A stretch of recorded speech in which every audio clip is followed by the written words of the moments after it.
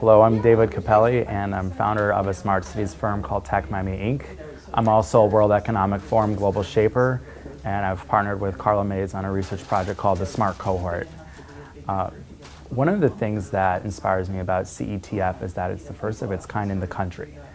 So many times when I do smart cities work around the country in Florida, people always bring up California and ask, what is exciting about California? The Honorable Mayor Jimenez asked me, go to California and find what is the best of the best in smart cities.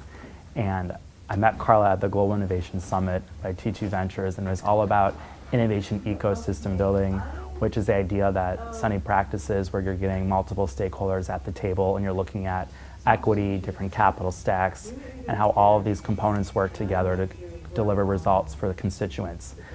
Carla asked a great question, and I immediately went up to her after her question, and we started working with each other. Brought her to Miami, and we started doing this smart cities work.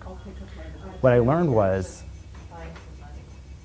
there was a young girl from Little Haiti, which is a low-income black neighborhood in Miami-Dade, and I was sitting in the financial district about 8 miles away, and she came up to me and asked, "Can I ask you a question?"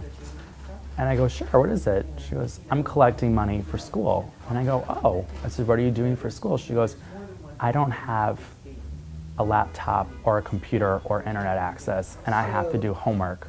So my mom put me on the city bus to go to the rich areas of Miami to get money so I could do my homework." And it dawned on me that we're talking about smart cities, and yet we have people in our communities that can't even do their schoolwork. What inspires me about CETF is that it's not just about connecting the unconnected, but it's about creating an economy that works for all and really looking at the future of what does a smart city and a smart nation look like.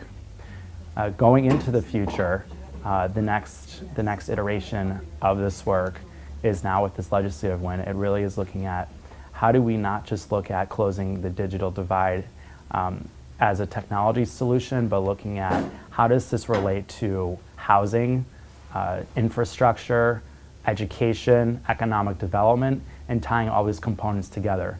I think a key to winning over multiple stakeholders is looking at the interconnectedness between closing the digital divide and looking at smart cities in relation with having smart housing near transportation stops, looking at what does 5G look like, providing the infrastructure for smart technologies, and looking at how do we activate this, and most importantly, how do we create smart cities that are equitable. Anyone can build a smart city, but it takes more than one or two people to work together to build a smart city that includes all of those that are represented in that existing community. So going to the future, it's looking at how do we do 5G implementation at scale, how do we do this equitably, and how do we tie this to economic development, housing, transportation, and jobs. And I think under Sunny's leadership, we would do great things, and I really look forward to working with her, Carla, and others here.